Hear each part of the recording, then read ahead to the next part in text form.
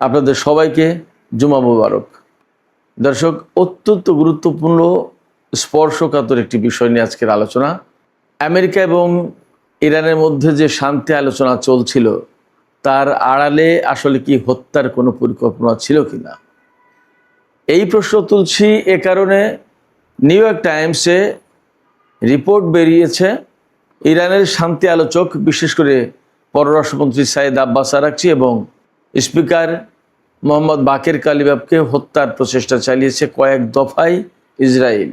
তবে new York টাইমসের প্রতিবেদনে দাবি করা হয়েছে, আমেরিকার কর্মকর্তারা ইরানকে সতর্ক করেছিল বা আরও কোনো দেশের মাধ্যমে ইরানকে এই বার্তা দিয়েছিল যে ইসরায়েল ইরানের প্রধান দুই আলোচক বাকের কালিবাফ এবং আব্বাস আরাকচিকে হত্যা করতে পারে।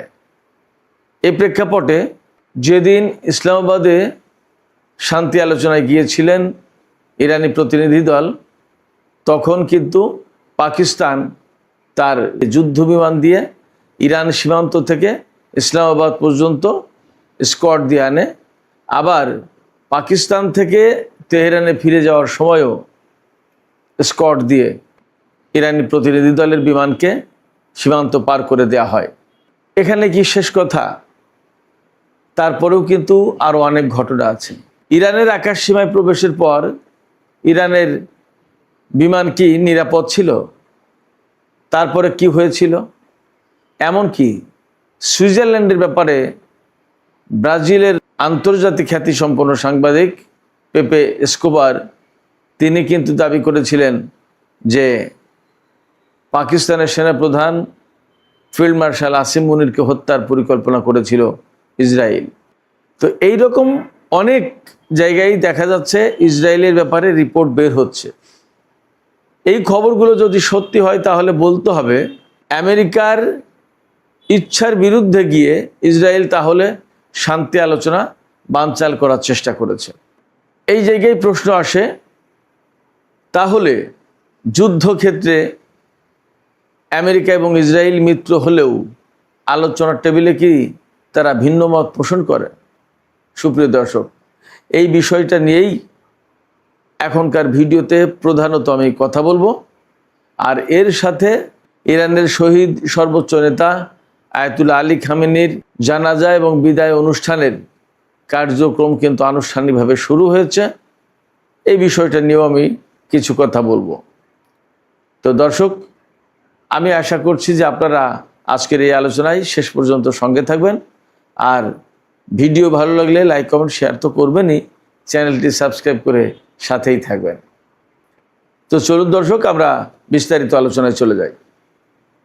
প্রথমেই ইরানের শহীদ সর্বোচ্চ নেতা সাইয়েদ আলী খামেনির বিদায় অনুষ্ঠানের যে আনুষ্ঠানিকতা শুরু হয়েছে, সেই সম্পর্কে আমি কিছু কথা বলি, তারপরে মূল আলোচনায় যাব। গত রাত অর্থাৎ বৃহস্পতিবার রাত থেকে শুরু হয়েছে ইরানের শহীদ সর্বোচ্চ নেতার প্রতি সম্মান জানানো। গত রাতে অর্থাৎ 2রা জুলাই বৃহস্পতিবার রাতে আয়াতুল্লাহ আলী খামেনির লাশের কফিন এবং তার সাথে যারা শহীদ হয়েছিলেন, যে সমস্ত নারী, পুরুষ, শিশু, তাদের কফিন আনা হয় এবং এই কফিন রাখা হয়েছে তেহরানের যে প্রধান জুমা বা ঈদের জামাত হয়, গ্র্যান্ড মুসাল্লা বলে, সেখানে।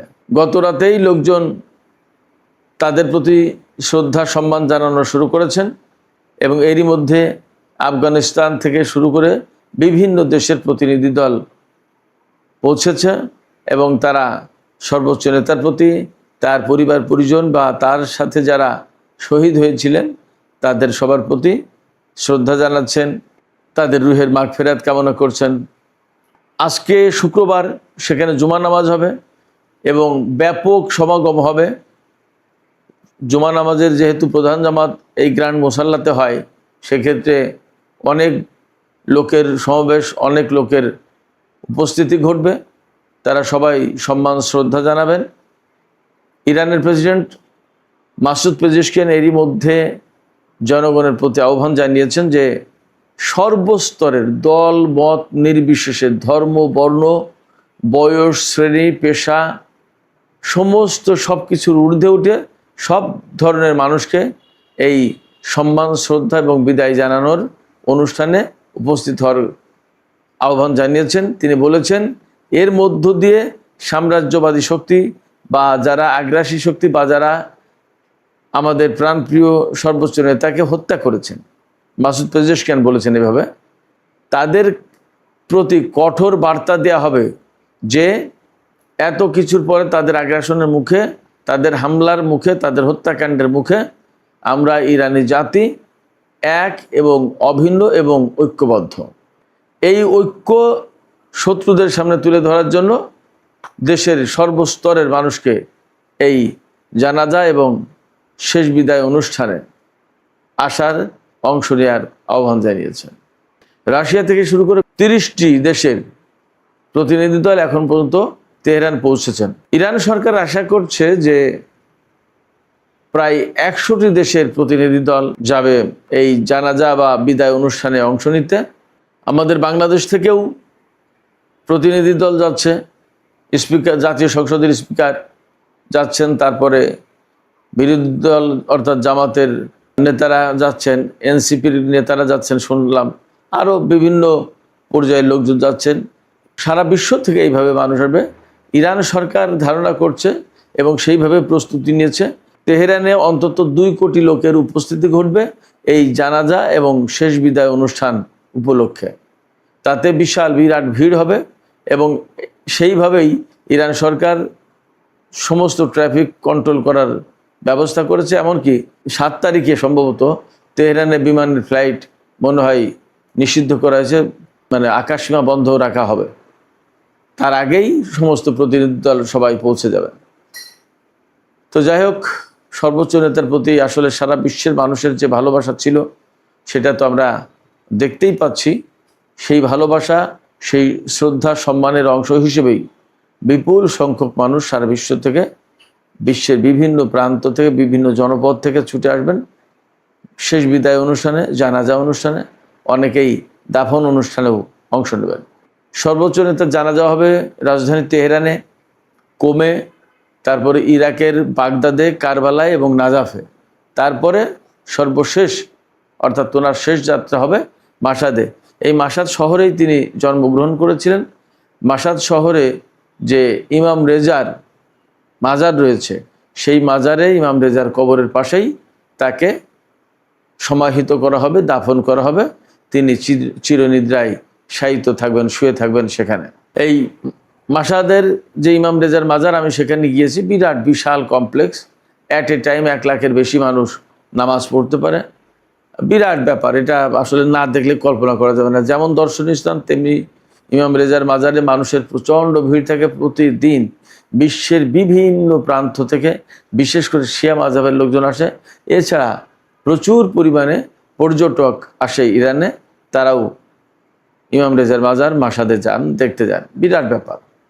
যাই হোক, সুপ্রিয় দর্শক, আমি শেষ বিদায় এবং জানাজা অনুষ্ঠানের আলোচনা এখানে শেষ করে আমি এবার মূল আলোচনায় যাচ্ছি। মূল আলোচনাটা হচ্ছে এই যে ইরানের পররাষ্ট্রমন্ত্রী সাইয়েদ আব্বাস আরাকচি এবং জাতীয় সংসদের স্পিকার বাকের কলিবফ, তাদের 2 জনকে ইসরায়েল দফায় দফায় হত্যার প্রচেষ্টা চালিয়েছে বলে বিভিন্ন গণমাধ্যমে খবর আসছে, সামাজিক যোগাযোগের মাধ্যমেও এর আগে খবর ছড়িয়েছে।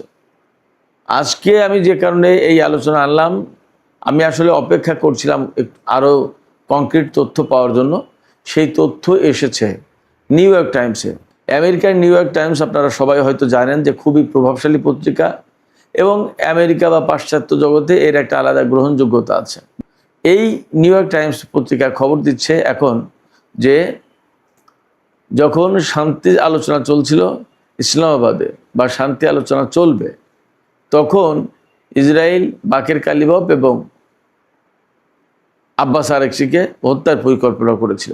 এই বিষয়টা মার্কিন কর্মকর্তারা জানতে পারার পরে তারা সরাসরি ইরানকে নয়, বাট পাকিস্তান এবং কাতার বা আরও কোনো দেশের মাধ্যমে ইরানকে বিষয়টা জানানোর ব্যবস্থা করে, যাতে ইরান সতর্কতামূলক ব্যবস্থা নেয়।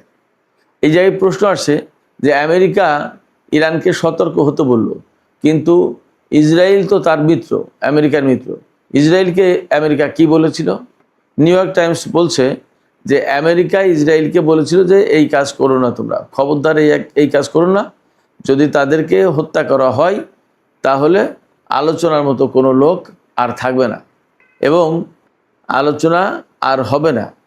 তাহলে কি হতো? তাহলে প্রচণ্ড রকমের যুদ্ধ হতো, এতে কোনো সন্দেহ নেই। আমি একটু পরে সে কথা বলছি। আমরা সবাই জানি যে এপ্রিলের 7 তারিখে যুদ্ধবিরতির ঘোষণা দেওয়া হয়।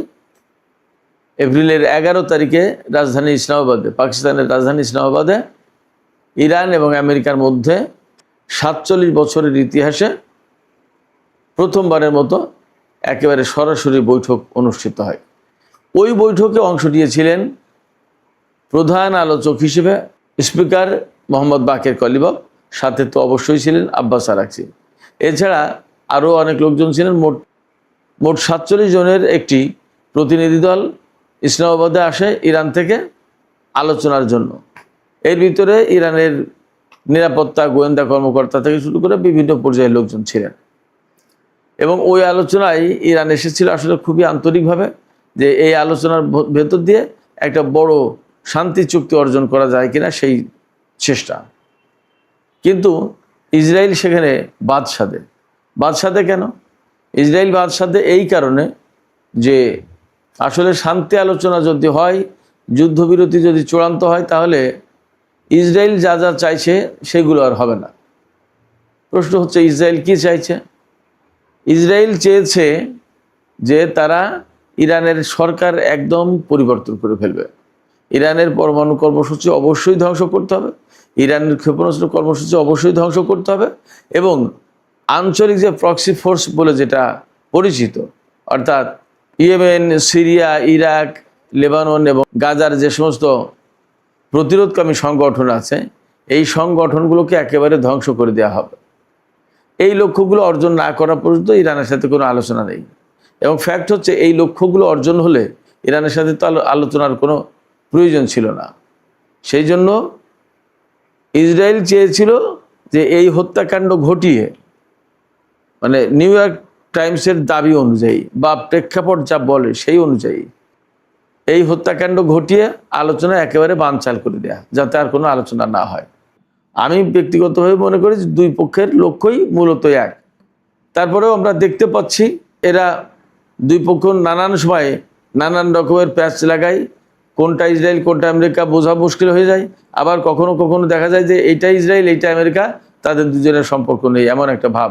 যেমন এখন ইসরায়েলের নেতানিয়াহুর সাথে মার্কিন প্রেসিডেন্ট ডোনাল্ড ট্রাম্পের অনেক তর্ক বিতর্ক হচ্ছে, গালিগালাজ করছে, আবার তাদের সাথে তাদের সম্পর্ক ঠিকই আছে। যেমন এই যে বাহরাইন থেকে ৫ম নৌবহরের ঘাঁটির একটা বিরাট অংশ ইসরায়েলে সরিয়ে নেবে, তার মানে কি যত যাই কিছু হোক ইসরায়েল তো তার সেই বিশ্বস্ত মিত্র।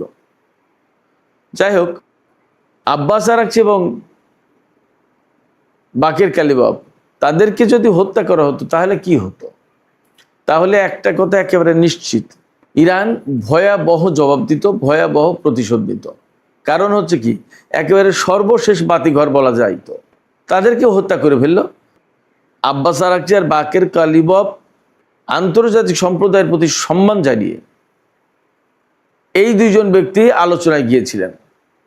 যখন শান্তির দূত বা আলোচকদেরকে হত্যা করা হয় তখন সেখানে কিন্তু যুদ্ধ অনিবার্য হয়ে পড়ে এবং তখন ইরানের সামনে একদম পরিষ্কার হয়ে যেত যে আসলে এরা যুদ্ধ চায়, এরা শান্তি চায় না এবং শান্তির কথা বলেও ডেকে নিয়ে গিয়ে আমাদের নেতাদেরকে, আমাদের কর্মকর্তাদেরকে, মন্ত্রীদেরকে হত্যা করছে। তখন ইরানের সামনে ভয়াবহ আক্রমণ, ভয়াবহ যুদ্ধ ছাড়া আর কোনো পথ থাকতো না। তাহলে কি হতো? তাহলে হয়তো এমন হতে পারতো, যুদ্ধের যতটা যে ধরন আমরা দেখেছি হয়তো সেই ধরনের কিছু পরিবর্তন আসতো।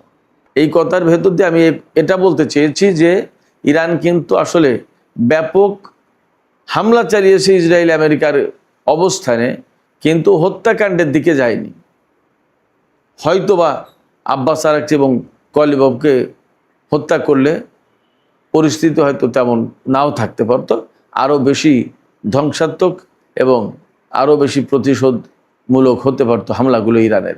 কোথায় ইসরায়েল এই দুইজনকে হত্যা করতে চেয়েছিল? আসলে এই হত্যাকাণ্ডের ঘটনা বেশ কয়েক জায়গাকে ঘিরে আছে। নিউ ইয়র্ক টাইমস একদম সব পরিষ্কার করে বলেনি, কিন্তু ইঙ্গিত যা পাওয়া যাচ্ছে তাতে একটা টার্গেট ছিল ইসলামাবাদে, একটা টার্গেট ছিল ইরান থেকে পাকিস্তানে যাওয়ার সময় অথবা পাকিস্তান থেকে ইরানে যাওয়ার সময় এই বিমানের ভেতরে বিমান ধ্বংস করে দেয়া। আবার কোনো কোনো সূত্র থেকে বা কোনো কোনো সামাজিক মাধ্যমে তো বলা হচ্ছে যে সুইজারল্যান্ডেও এরকম একটা বড় হত্যাকাণ্ড ঘটাতে চেয়েছিল ইসরায়েল। তো পাকিস্তানের যে বিষয়টা, সেই ব্যাপারে আমেরিকা নাকি পাকিস্তানি কর্মকর্তাদেরকে জানিয়েছিল এবং তারপর পাকিস্তানের পক্ষ থেকে বিশেষ ব্যবস্থা নেওয়া হয়। সেই ব্যবস্থাটা কি? সেই ব্যবস্থাটা হচ্ছে ইরান থেকে যখন বিমান উড্ডয়ন করে পাকিস্তানের দিকে যায়, তখন পাকিস্তানের বিমান বাহিনীর যুদ্ধ বিমান পাঠিয়ে একেবারে ইরান সীমান্ত থেকে তাদের বিমান এসকর্ট করে ইসলামাবাদ পর্যন্ত আনা হয়। শুধু তাই না, ইসলামাবাদে কি ধরনের নিরাপত্তা ব্যবস্থা নেওয়া হয়েছিল তা আপনাদের নিশ্চয়ই মনে থাকার কথা। এই আলোচনার আগে পরে কয়েকদিন যাবৎ ইসলামাবাদের ছুটি ঘোষণা করা হয়েছিল। তারপরে বাস চলাচল থেকে জনজীবনের লোক চলাচল, অনেক কিছু, সমস্ত সব কিছু নিয়ন্ত্রিত ছিল, একেবারে কন্ট্রোলড। সবাই সব জায়গায় যেতে পারছিল না, অনেক রুটে বাস চলাচল বন্ধ ছিল, অনেক নিরাপত্তা ব্যবস্থা নিয়েছিল। সম্ভবত বিমানের ফ্লাইটও মনে হয় কিছু সময়ের জন্য বন্ধ রাখা হয়েছিল। তার মানে ইসলামাবাদের আকাশ সীমা বিশেষ নিয়ন্ত্রণে নেওয়া হয়েছিল। আলোচনা হলো, আলোচনায় তো আমরা জেনেছিলাম যে জেডি ভ্যান্সকে ইসরায়েলের প্রধানমন্ত্রী ফোন করেছিলেন। প্রায় 21-22 ঘন্টা আলাপ আলোচনার পরে নেতানিয়াহু ফোন করার পর সেই আলোচনা ভেঙে যায়। তারপরে পাকিস্তান থেকে ইরানি প্রতিনিধি দল যখন ফেরার উদ্যোগ নেয়, তখন ইরানের পক্ষ থেকেই পাকিস্তানের কাছে আশঙ্কা ব্যক্ত করা হয় যে ইসরায়েল বিমানে হামলা চালাতে পারে। তখন পাকিস্তানের যুদ্ধ বিমান আবারও ইরানের প্রতিনিধি দলকে বহনকারী বিমানকে এসকর্ট দিয়ে পাকিস্তানের যুদ্ধ বিমান ইরানের সীমান্তে পৌঁছে দেয়। ইরানের সীমান্তে পৌঁছে দেওয়ার পর ইরানের গোয়েন্দা কর্মকর্তারা তথ্য পায় যে ইসরায়েল আবার ইরানের এই বিমানে হামলা চালানোর চেষ্টা করছে। তখন খুব দ্রুতই মাসাদের বিমানবন্দরে সেই বিমান অবতরণ করানো হয়। মাসাদ হচ্ছে পাকিস্তান আফগানিস্তানের সীমান্তের কাছে, অর্থাৎ যে সীমান্ত, পাকিস্তান সীমান্ত থেকে সবচেয়ে নিকটবর্তী কাছের বিমানবন্দর ছিল মাসাদ বিমানবন্দর। সেই মাসাদ বিমানবন্দরে জরুরি অবতরণ করে বাকের কলিবাব এবং আব্বাস আরাকচিকে বহনকারী বিমান। তারপরে মাসাদ থেকে বাই রোড অর্থাৎ গাড়িতে করে 8 ঘন্টার জার্নি শেষ করে তারা তেহরানে পৌঁছান। সেই সময় কি ঘটেছিল? ইরাক থেকে 2টো যুদ্ধ বিমান ইরানের আকাশে প্রবেশ করে। নিউ ইয়র্ক টাইমসে এই কথা বলা হচ্ছে। এবং সেই যুদ্ধ বিমান মূলত হামলা চালাতে চেয়েছিল এই বাকের কলিবাব এবং আব্বাস আরাকচিকে বহনকারী বিমানে। জরুরি ভিত্তিতে তখন এই বিমানকে অবতরণ করানো হয় মাসাদ বিমানবন্দরে, আর ইসরায়েলি বিমানকে তখন মোকাবেলা করা হয়, অর্থাৎ প্রতিরোধ ব্যবস্থা নিলে তারা পালিয়ে যায়। প্রশ্ন হচ্ছে, ইরাক থেকে এই বিমান কিভাবে উঠলো? ওই যে 2টো বিমান ঘাঁটি করেছিল গোপনে মরুভূমিতে। ইরাকের মরুভূমির ভেতরে ইসরায়েল 2টো বিমান ঘাঁটি করেছিল, সেই ঘাঁটি থেকে এই সমস্ত বিমান উড্ডয়ন করা হয়েছিল এবং ইরাক সরকার তা জানতো না। তার কারণ হচ্ছে কি? তার কারণ হচ্ছে ইরাকের বিরাট অংশ কন্ট্রোল করে আমেরিকা, সেখানে ইরাক সরকারের অ্যাক্সেসই নেই। এই হচ্ছে একটা স্বাধীন দেশের পরিস্থিতি। এখানেই কিন্তু শেষ কথা নয়। সুইজারল্যান্ডের জেনেভাতেও পাকিস্তানি সেনাপ্রধান ফিল্ড মার্শাল আসিফ মুনিরকে ডাকে হত্যার প্রচেষ্টা চালিয়েছিল ইসরায়েলি এজেন্টরা, এবং সেখানে বাকের কলিবাব আব্বাস আরাকচি তাদেরকেও হত্যা করতে পারে এমন খবর কিন্তু বিভিন্ন মাধ্যমে ছড়িয়েছে। তো সব কিছু মিলে দেখা যায় ইসরায়েল আসলে আলোচনা তো চাই না, আমেরিকা এবং ইরানের সাথে এই শান্তি চুক্তি হোক সেটা চায় না, নেতানিয়াহু চাইছে না। আমেরিকা চাইছে মূলত ডোনাল্ড ট্রাম্পের রাজনৈতিক ক্যারিয়ার, রিপাবলিকান দলের রাজনৈতিক অবস্থান ঠিক রাখার জন্য। আর ইসরায়েল এই মুহূর্তে যত বেশি ইরানিদের ক্ষয়ক্ষতি করে দিতে পারে তত নেতানিয়াহুর জন্য প্রধানমন্ত্রী হিসেবে দায়িত্ব পালন করা বা নতুন করে নির্বাচিত হওয়া সহজ। যার কারণে তার পক্ষে কখনোই ইরানের সাথে শান্তি চুক্তি করা বা ইরানের সাথে যুদ্ধ বন্ধ করা এগুলো কোনো কিছু ভাবতে চায় না। তবে এটা ঠিক যে এই ধরনের নতুন হত্যাকাণ্ড ঘটলে ইরান অবশ্যই তার জবাব দেবে, এবং ইরান খুব সম্প্রতি তো বলেছে যে সর্বোচ্চ নেতা থেকে শুরু করে যে সমস্ত ব্যক্তিকে হত্যা করা হয়েছে তাদের প্রাণের বিনিময়ে যে প্রতিশোধ হয় সেই প্রতিশোধ নেওয়া হবে, এটা ইরান কখনো ভুলে যাবে না। আমরা দেখি এবং আমরা অপেক্ষা করি আসলে ভবিষ্যতে কী হতে যাচ্ছে। তবে একথা ঠিক যে মধ্যপ্রাচ্যে আসলে চুক্তি দিয়ে কখনো শান্তি প্রতিষ্ঠা হবে এটা বিশ্বাস করা খুব কঠিন ব্যাপার। কারণ যে আদর্শ, যে মতদ্বন্দ্ব, যে মতভেদ, সেগুলো চুক্তি দিয়ে সমাধান করার যোগ্য বলে মনে হয় না। সুপ্রিয় দর্শক, আজকের আলোচনা এখানেই শেষ করতে চাই।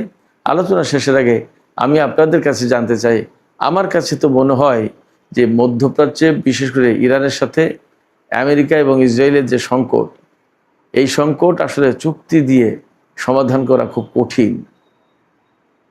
সেক্ষেত্রে হয়তোবা যুদ্ধ অনিবার্য। আপনাদের কাছে কি মনে হয়? যুদ্ধ তো হয়েছে কয়েক দফা, আপনারা কি মনে করেন যে কূটনীতির ভেতর দিয়েই সমাধান হবে এর, অথবা আবার যুদ্ধ শুরু হবে?